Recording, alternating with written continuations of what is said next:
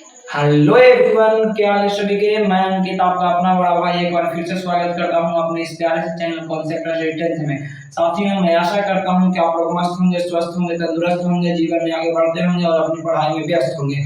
तो हम लोग यूरोप में लास्ट मंथ पढ़ रहे थे, जिसमें आज के इस टॉपिक में हम लोग पढ़ने वाले हैं इटली का एकीकरण। तो चलिए आज के इस टॉपिक को शुरू करते हैं। यह टॉपिक एक मजेदार टॉपिक है और इसमें हम देखेंगे कोई भी राष्ट्र कैसे इतना बड़ा राष्ट्र बना। इटली के बारे में हम लोग जानेंगे। सबसे पहले आज हम लोग पढ़ने वाले हैं इटली का एकीकरण। इटली का एकीकरण मतलब होता है कि इटली को एक करके राष्ट्र का निर्माण करना। अर्थात इटली जो था वो बहुत सारे छोटे बड़े राज्यों में विभाजित था। मतलब कि मान लीजिए कि आज जैसा हम लोग इटली देख रहे हैं वैसा कोई इटली पहले से नहीं था। तो इटली पहले मतलब अनेकों राज्यों में विभाजित था। तो उस अनेक राज्य को एक करके किस प्रकार इटली देश का निर्माण हुआ, हम उसके बारे में जानेंगे। चलिए देखिए, इटली को एक करने के लिए सबसे बड़ा बाधा या परेशानी कर सकते थे वो क्या था जी। तो ऑस्ट्रेलिया फ्रांस का अधिकार, याद रखिएगा। इटली को जो है जिस प्रकार हम लोग को ब्रिटेन वाला गुलाम बनाए हुए था, ब्रिटेन का अधिकार था, हम लोग को अलग अलग राज्यों में तोड़ दिया था ब्रिटेन वाला।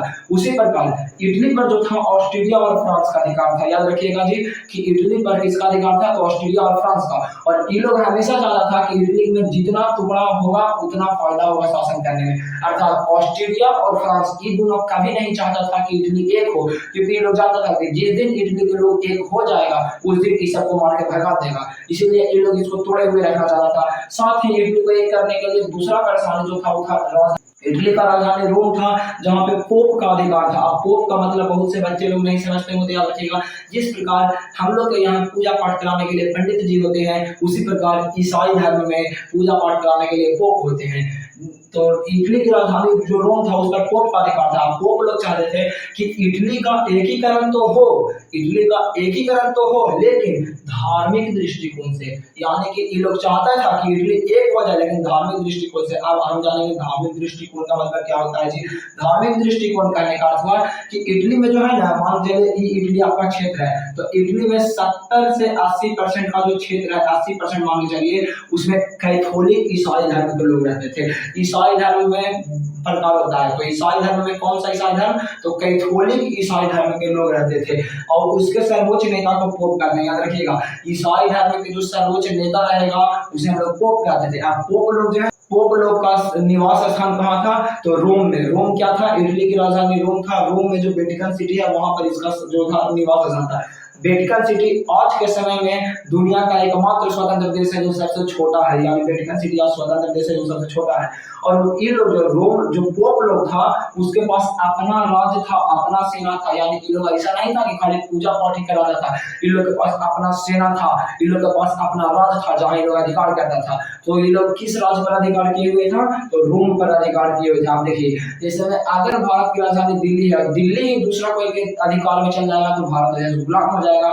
उसी प्रकार इटली पर जो है राजधानी रोम था, रोम पर अधिकार था पोप का, तो पोप को भगाना जरूरी था। यानी मान लीजिए अगर कोई राष्ट्रवादी व्यक्ति है, राष्ट्रवादी व्यक्ति है जो इटली को एकीकरण करना चाहता है, तो इटली को जब एकीकरण करना चाहेगा तो उसमें 3 बाधा है। पहला बाधा है कि फ्रांस से लड़ना है, दूसरा वादा क्या है जी, ऑस्ट्रेलिया से लड़ना है, तीसरा वादा क्या है कि पोप लोग से लड़ना है, क्योंकि पोप लोग चाहते हैं कि धार्मिक दृष्टिकोण से इसका एकीकरण हो। लेकिन जनता लोग चाहता था कि इटली को राष्ट्र बने जहां पर जनता अपना शासक को चुने और धार्मिक दृष्टिकोण से नहीं। इटली को धर्म राष्ट्र बनाना चाहता था जिस पर पोप का अधिकार हो। यानी पोप लोग चाहता था कि इटली एक कैथोलिक ईसाई का धर्म राष्ट्र बने और उस पर जो है पोप का अधिकार हो। लेकिन अब इटली को एक करने के लिए नेपोलियन सबसे पहला बार प्रयास किया था। नेपोलियन का अंत भले ही 1815 ईस्वी में हो गया था, लेकिन ये बहुत सारा काम किया था। देखिए इसमें काम कुछ किया था। इटली मान चले ये आपका इटली है, क्या है इटली, ये जो है मान लीजिए 10 भाग में विभाजित है। क्या भाग में बांटा हुआ है, 10 भाग में। तो इस संपूर्ण इटली को जीत करके नेपोलियन जो है मात्र 3 भाग में विभाजित कर दिया था। याद रखिएगा, इटली को जीत करके नेपोलियन कितने भाग में विभाजित किया था, 3 भाग में। देखिए संपूर्ण इटली को जीत कर 3 भाग में विभाजित कर दिया था। नेपोलियन जो था संपूर्ण इटली को जीत कर 3 भाग में बांट गया। पहला भाग का नाम रखा गया सिस्पाइन, याद रखिएगा, सिस्पाइन गणराज्य, दूसरा का नाम लिगुरियन गणराज्य, तीसरा का ट्रांसपोर्टिंग गणराज्य। तो आप लोग दिमाग में फिट करिए कि संपूर्ण इटली को जीत कर 3 भागों में कौन बांट दिया, तो नेपोलियन ने। नेपोलियन ने 3 भागों में बांटा जिसका नाम कुछ दिया। पहला को बोला गया सिस्पाइन गणराज्य, दूसरा को बोला गया लिगुरियन गणराज्य, तीसरा को बोला गया ट्रांसपोर्टिंग गणराज्य। उसके बाद क्या हुआ, जब नेपोलियन बोनापार्ट का पतन हुआ यानी हार गया, मर गया नेपोलियन बोनापार्ट, तो जब पतन हुआ, हार गया, मर गया, तो उसके बाद ऑस्ट्रिया द्वारा सार्डिनिया और पिडमोंट दो वो इटली का अलग अलग क्षेत्र था, ये दोनों को एकीकरण कर दिया, यानी दोनों को जोड़ दिया और उसका एकीकरण कर दिया गया। काहे किया गया थी, डर से। जैसे में देखिए आप लोग को इधर जो बगल में मैप दिख रहा है उसमें देख सकते हैं कि फ्रांस का जो सबसे बगल वाला इलाका है उधर सार्डिनिया पिडमोंट, तो ऑस्ट्रिया वाला को डर था कि जिस प्रकार नेपोलियन बोनापार्ट फ्रांस से उठ करके संपूर्ण यूरोप को एक करने का प्रयास कर दिया, उस प्रकार से भविष्य में और कोई ऐसा फ्रांस में पैदा ना हो जो हमको एक, जो सबको एक करना चाहे। इसीलिए लोग सार्डिनिया पिडमोंट को एक कर दिया ताकि फ्रांस से अगर कोई उठ के आयो करे ना इटली को एक करने के लिए तो उसको मार के वजह पर बैठा दिया जाए। उसके बाद इटली को एक करने के लिए एक राष्ट्रवादी का संगठन था, याद रखिएगा, राष्ट्रवादी के संगठन का नाम था कार्बोनेरी। पूछा जाएगा कार्बोनेरी क्या था, तो कार्बोनेरी इटली में राष्ट्रवादियों का एक संगठन था जो गुप्त छापामारी कर रहा था। गुप्त छापामारी मतलब कि देश बदल के लोग राजा था, जहां पर देखा कि राजा के आदमी अत्याचार कर रहा है, इसमें देखिए मान लीजिए कि राजा का कोई आदमी है, राजा का आदमी जो है जनता को मार रहा है, तो ये लोग एक्शन नहीं लेगा, सबसे पहले लोग खड़ा होकर देखते रहेगा और कुछ देर बाद कहेगा है जनता पर अत्याचार, थोड़ा सा कूट देगा राजा के आदमी को। यानी कि गुप्त रूप से इन लोग जो है राजा के अंत करना चाहता था और इटली को गणराज्य बनाना चाहता था। राजतंत्र को अंत करके इटली को गणराज्य बनाने वाले संस्था का नाम क्या था, कार्बोनेरी। कार्बोनेरी जो था राष्ट्रवादियों का संस्था था जो कि गुप्त छापामारी करता था। उसके बाद इसी कार्बोनेरी का एक सदस्य था जिसका नाम था मेजनी। मेजनी जो था एक प्रकार का हीरो था जी, जैसे में आप मूवी में देखते हैं ना कि हीरो था, उसी प्रकार इटली को एक करने में हीरो, पहला हीरो निकल के सामने आया मेजनी, और एक कट्टर राष्ट्रवादी था, यानी एकदम इटली को एक करना ही करना चाहता था हर हाल में, यानी कि कट्टर राष्ट्रवादी था। और मैंने आप सभी को बताया था कि ऑस्ट्रेलिया का जो राजा था वो मेटरनिख था। मेटरनिख को सबसे ज्यादा अगर किसी से डर था तो था मेजनी, और इसी के डर से मेटरनिख बोला था कि मेजनी हमारी सामाजिक व्यवस्था का सबसे खतरनाक दुश्मन है। यानी मेजनी को देख करके मेटरनिख का टाइफाइड हो जाता था, यानी डर जाता था, उसके मन में भय आ जाता था। तो इस दिशा देख लिए। तो अब हम लोग देखने वाले हैं मेजनी के बारे में। आपके एग्जाम में पूछा भी जाता है कि मेजनी कौन था, इसका संक्षिप्त वर्णन करें। तो चलिए फटाफट आप लोग इसका स्क्रीनशॉट ले लीजिए और अब हम लोग बढ़ते हैं मेजनी की तरफ। तो चलिए अब हम लोग फटाफट देख लेते हैं कि मेजनी कौन था और साथ ही इटली के एकीकरण में इसका क्या भूमिका था। तो सबसे पहले हम लोग शुरू करते हैं मेजनी से। तो मेजनी जो था एक प्रकार का साहित्यकार था जी। सबसे पहला बात, साहित्यकार किसे कहते हैं, जो साहित्य को लिखता है, जो मतलब कि जिसमें आप लोग पढ़े होंगे कि कोई किताब वगैरह लिखा हुआ है तो उसी को हम लोग कहते हैं साहित्यकार। गणतांत्रिक विचारों का समर्थन था, अर्थात गणतांत्रिक चाहता था कि राजतंत्र खत्म हो जाए, कोई धर्म नहीं रहे देश के अंदर, केवल और केवल गणतंत्र रहे, जनता लोग अपना अधिकार रहे, जनता लोग को राजा अपना वोट देने का अधिकार रहे। साथ ही यह एक योग्य सेनापति था। योग्य सेनापति कहने का अर्थ हुआ कि पहले युद्ध भी करता था और एक सेनापति भी था। तो मेजनी कौन था, तो साहित्यकार, गणतांत्रिक विचारों का समर्थन करने वाला एक योग्य सेनापति था। लेकिन इसके अंदर एक दिक्कत था, पूछे कौची दिक्कत था, करेंट अफेयर नहीं पढ़ रहा जी। करेंट अफेयर अब क्या होगा, तो करेंट अफेयर मतलब हो जाएगा कुछ कि वर्तमान आज का देश में क्या घटना है, कल देश में क्या घटना होगा, यानी जो वर्तमान परिस्थिति होता है उसकी समझ नहीं रखता था। मेजनी जो है वर्तमान परिस्थिति की समझ नहीं रखता था, जिसके कारण इसके अंदर आदर्शवादी गुण अधिक एवं वैधानिक गुण कम थे। याद रखेगा, अब मेजनी के अंदर आदर्शवादी गुण अधिक था, वैधानिक गुण क्या था जी, कम था। आप कोई पूछेगा कि आदर्शवादी गुण, तब बहुत सारा बच्चा लोग ऐसा होता है जो किताबी ज्ञान उसके पास बहुत ज्यादा रहेगा। जैसे में मेरा ही कई एक बार दोस्त लोग है जो ITI किया हुआ है, वो भी इलेक्ट्रिकल ब्रांच से, तो उन लोग कहेंगे भाई मेरा बोर्ड को वायरिंग कर देगा, तो बोलेगा ना भाई हमारा नाम, अर्थात उसके पास किताबी ज्ञान है। लेकिन कोई कोई बच्चा ऐसा रहेगा जो कुछ नहीं जानेगा, डायरेक्ट बोर्ड का वायरिंग वगैरह कर लेगा। तो आदर्शवादी गुण को हम लोग किताबी ज्ञान कहते हैं, व्यवहारिक गुण को हम कहते हैं दुनियादारी की समझ और सीख। उसके बाद देखिए, याद रखिएगा, यंग इटली की स्थापना किसने की, तो मेजनी ने। कब की, 1831 ईस्वी में। इसका एक उद्देश्य था, इटली से राजतंत्र को समाप्त करके इटली को गणराज्य बनाना। साथ ही एक और संगठन बनाया था जिसका नाम था यंग यूरोप। अब पूछा जाएगा कि यंग यूरोप क्या है, तो याद रखिएगा, यंग यूरोप एक प्रकार का संगठन है जिसका मुख्य उद्देश्य था संपूर्ण यूरोप महाद्वीप से राजतंत्र को खत्म करना। यानी यूरोप में जितना भी देश आता है उस सब देश को जो है राजतंत्र को खत्म करना है, सबको गणतंत्र बनाना है। इसकी स्थापना किसने की थी, तो मेजनी ने। कब की थी, 1834 ईस्वी में।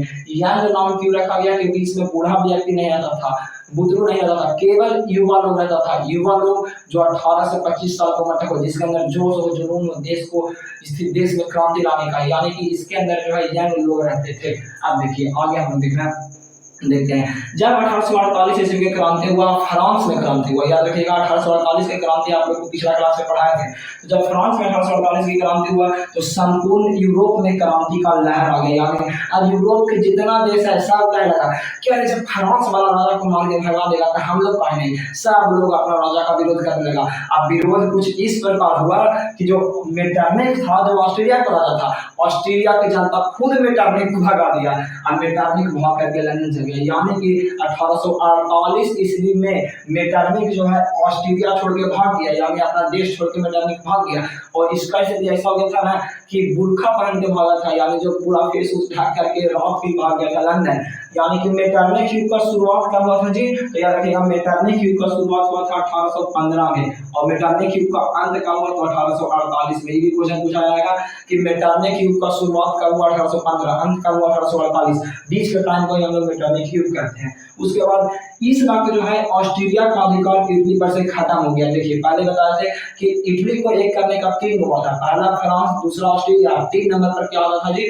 तो पोप लोग आता था। लेकिन जब ऑस्ट्रेलिया भाग गया तो इटली जो था उसके पर से ऑस्ट्रेलिया का अधिकार तो खत्म हो गया। तो अब सब इटली वाला को लगेगा ना कि हम लोग एक हो जाएंगे, लेकिन उसका पहले हम लोग इटली का मैप के हिसाब से थोड़ा सा स्थिति इसका समझ लेते हैं। देखिए मेजनू जो था वो जानता है कि संपूर्ण इटली एक गणराज्य बने, यानी इटली एक गणराज्य बने जहां पर जनता ही सब कुछ और जनता ही वोट देकर राजा को चुने। लेकिन इटली को मैंने 3 भाग में बांटा गया। एक ऊपर वाला भाग को बोल दिए हम लोग उत्तर इटली, बीच वाला को मध्य इटली, नीचे वाला को दक्षिण इटली। यानी इटली को 3 भाग में बांटा, उत्तर इटली, मध्य इटली, दक्षिण इटली।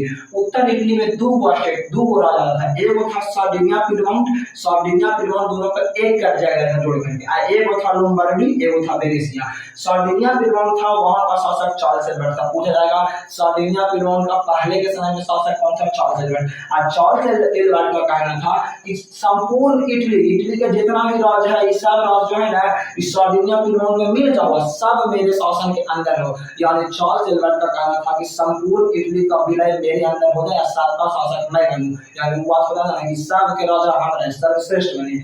लेकिन उत्तर इटली में दूसरा राज्य जो था उसका नाम था लोम्बार्डी और वेनेसिया। लोम्बार्डी और वेनेसिया का था कि लोम्बार्डी और वेनेसिया पर अधिकार किया था ऑस्ट्रेलिया का। ऑस्ट्रेलिया का शासक कौन था? मेटरनिख। मेटरनिख अभी भाग गया लंदन डेथ से, यानी यहाँ पर कोई शासन नहीं कर रहा है। तीसरा नंबर जो मध्य इटली था उसके अंदर रोम आता था। रोम जो था इटली का राजधानी था, और रोम पर पोप का अधिकार था। पोप लोग चाहता था कि इटली एगो धर्म राष्ट्र बने। कैसा राष्ट्र बने? धर्म राष्ट्र, जहाँ पर ईसाई कैथोलिक ईसाई का दबदबा है और ये राष्ट्र का सर्वश्रेष्ठ है पोप लोग। और साथ ही मध्य इटली में 3 राज्य और आता था, परमा, मोडेना, टस्कनी। मध्य इटली में 3 राज्य और आता था, ये परमा, मोडेना, टस्कनी। इस पर जो था ऑस्ट्रेलिया के रिश्तेदार, जैसे ऑस्ट्रेलिया के शासक जो मेटरनिख था उसका मौसी का भतीजा शासन कर रहा है, उसका फुआ का बेटा शासन कर रहा है। यानी कि ऑस्ट्रेलिया का जो चांसलर था ना उसका रिश्तेदार सब जो था ना वो सब शासन कर रहा था परमा, मोडेना, टस्कनी में। और ये लोग चाहता था कि ऑस्ट्रेलिया का एकीकरण होबे नहीं करे, जैसे चल रहा वैसे चले दो, क्योंकि जिस दिन ऑस्ट्रेलिया का एकीकरण हो गया तो ये लोग बड़ा था कि मेटरनिख को ये लोग भगा सक रहा था, ये लोग भगाने में चुटकी भर टाइम नहीं लगेगा। इसीलिए ये लोग एकीकरण चाहता ही नहीं था कि देश का एकीकरण हो। उसके बाद सबसे लास्ट में है दक्षिण इटली। दक्षिण इटली में 2 क्षेत्र का नाम याद रखिएगा, सिसिली एवं नेपाल। दक्षिण इटली में जो था वो सिसिली था और नेपाल था, और सिसिली और नेपाल में जो था फ्रांस का शासक था। पहला क्लास में मैंने आप सभी को बताया था कि सिसिली और नेपाल में फ्रांस का बुर्बो राजवंश जो फर्डिनेंड था उसका अधिकार था। अब देखिए फ्रांस का बुर्बो राजवंश फर्डिनेंड जो था वो एकदम अत्याचारी राजा था। वो चाहता था ना कि संपूर्ण इटली मेरे अंदर आ जाए। अर्थात अगर मेजनी चाहेगा कि इटली को एक कर देता, उसको किसको से लड़ना पड़ेगा?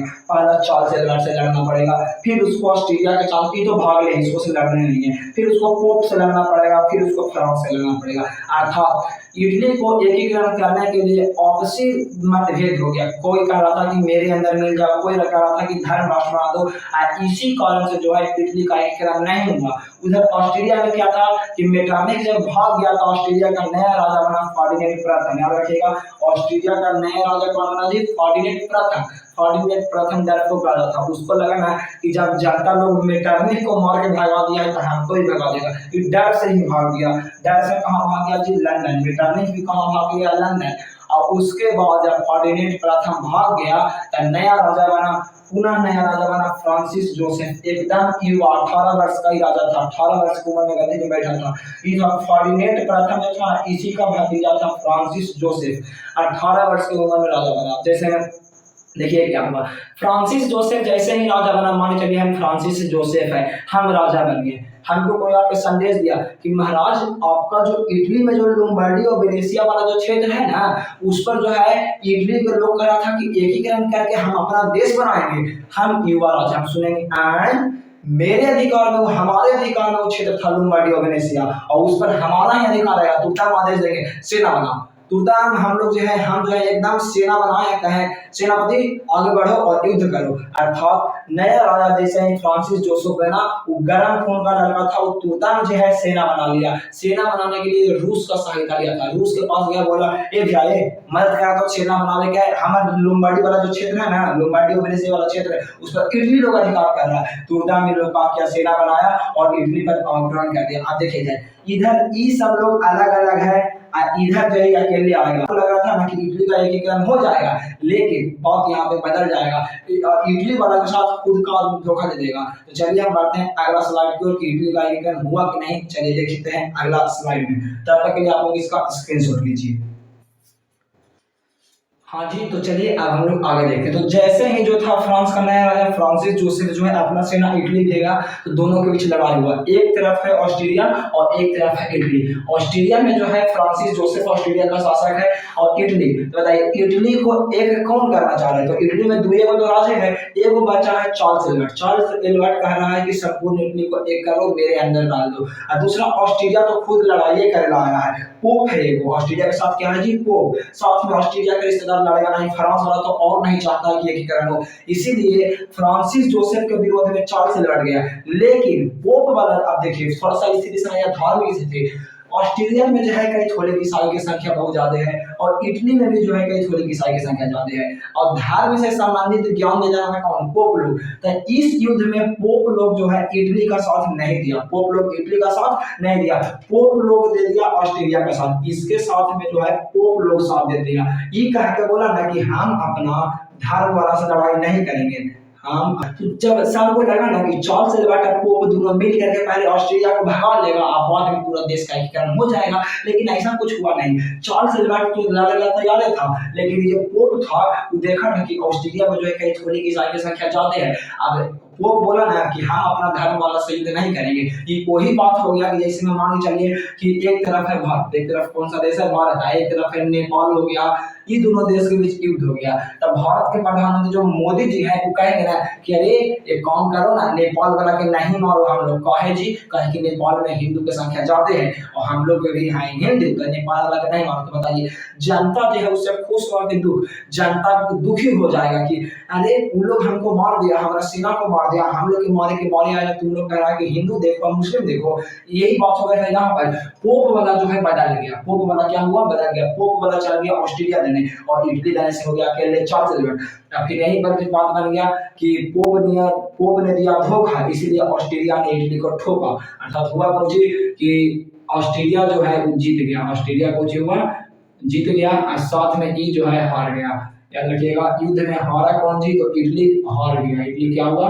हार गया। फिर वही बात बनेगा कि हारे हारे हारे चार्ल्स एडवर्ड इटली से हारे, और जीता कौन? तो जीत गया ऑस्ट्रेलिया। अब जैसे ही ऑस्ट्रेलिया जीतेगा चार्ल्स एडवर्ड तो खत्म हो गया, आप संपूर्ण इटली में देखिए यहाँ पर भी ऑस्ट्रेलिया आ गया, यहाँ पर भी ऑस्ट्रेलिया आ गया, पोप जो है चल गया ऑस्ट्रेलिया का, जैसे मिल गया, तो ये भी ऑस्ट्रेलिया, ये भी ऑस्ट्रेलिया, एक फ्रांस, यानी कि अब इटली का एकीकरण का रास्ता तो हो गया मेन रूप से खत्म। लेकिन आगे देखिए, अभी कहानी खत्म नहीं हुआ, अभी जनता को आ गया है आक्रोश। जनता कह रहा है कि पोप जो है वो हम लोग के देश में रहता है, हम लोग के टैक्स खाता है, और साथ दे दिया ऑस्ट्रेलिया वाला के, तो जनता लोग कर दिया विद्रोह। जनता की गद्दारी के कारण जनता जो है पोप से असंतुष्ट होकर विद्रोह कर दिया। सब जनता लोग है पोप को मारने के लिए, उसका महल कहाँ था? वेटिकन सिटी सिटी में, रोम में, वेटिकन सिटी में। जैसे ही पोप लोग को मारने के लिए भागा ना, तो नवंबर 1848 में पोप वाला जान बचाकर भाग गया। याद रखिएगा, पोप ने अपनी जान बचाकर, पोप जो था अपना जान बचाकर कब भागा,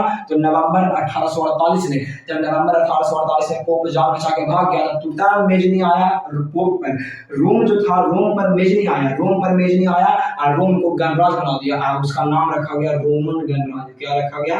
रोमन गणराज्य। तो रोमन गणराज्य की स्थापना सबसे पहला बार कौन किया था? मेज ने किया था। क्या किया था? तो 9 फरवरी 1849 ईस्वी को 48 में भागा फ्रांस वाला। देखिए 1848 में क्या हुआ था कि पोप जो है जान बचाकर भाग गया। पोप वाला जब जान बचाकर भाग गया था, उसके बाद पोप के बाद जो आया उसको नाम, पोप के बाद रोम पर आ गया मेजनी। मेजनी आकर के बोला कि हम लोग गणराज्य बनाते हैं, और मेजनी जो है एगो रोमन गणराज्य का स्थापना कर दिया। लेकिन ये लोग जब डर के भागा था, तो ये भागा फ्रांस के पास। याद रखिएगा, डर के कहाँ भागा? इसमें ई है जो यहाँ पे इसका महल है, रोम में पोप वाला के महल है, तो यहाँ से भागेगा डायरेक्ट, चल ऊपर जाएगा चार्ल्स एडवर्ड, तो इसको नहीं शरण देगा। ऑस्ट्रेलिया वाला तो अभी आइए नहीं किया है, इधर जो है फ्रांस के पास। जो पोप लोग था वो भागा फ्रांस के पास।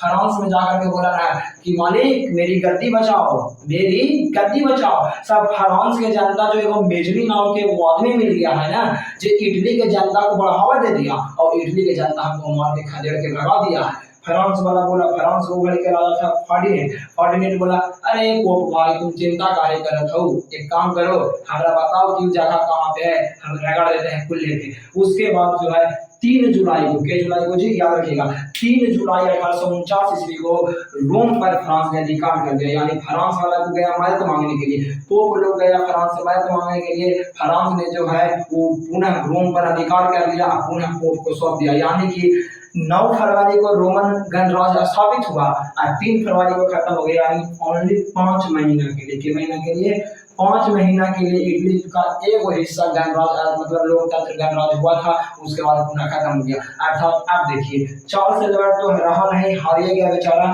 सार्डिनिया पिनवान का एक नया शासक बनेगा, नाम है उसका विक्टर इमैनुअल। याद रखिएगा, सार्डिनिया पिनवान का नया शासक कौन है जी? तो विक्टर इमैनुअल। सार्डिनिया पिनवान का नया शासक कौन बना? Victor Emmanuel. चार्ल्स एडवर्ड का बेटा था, चार्ल्स एडवर्ड का बेटा था विक्टर इमैनुअल, नया शासक बना। तो इधर जो है विक्टर इमैनुअल है, इधर जो ऑस्ट्रेलिया फिर से आ गया, राजधानी रोम में पोप आ गया, और परम मॉडर्न टस्कनी पर ऑस्ट्रेलिया आ गया, सिसिली ने पहले फ्रांस है। यानी कि 1848 के क्रांति में जो है इटली पर कुछ प्रभाव नहीं पड़ा, जैसा था वैसा हुआ, बस एक ही प्रभाव पड़ा कि जनता जो है पहला बार पोप का विरोध किया था। यानी अभी जो है इटली का एकीकरण नहीं हुआ है। तो अब हम लोग आगे बढ़ेंगे कुछ ऐसे व्यक्ति के बारे में जिन्होंने इटली का एकीकरण करना शुरू कर दिया। तो चलिए अब हम बढ़ते हैं अगले स्लाइड की ओर।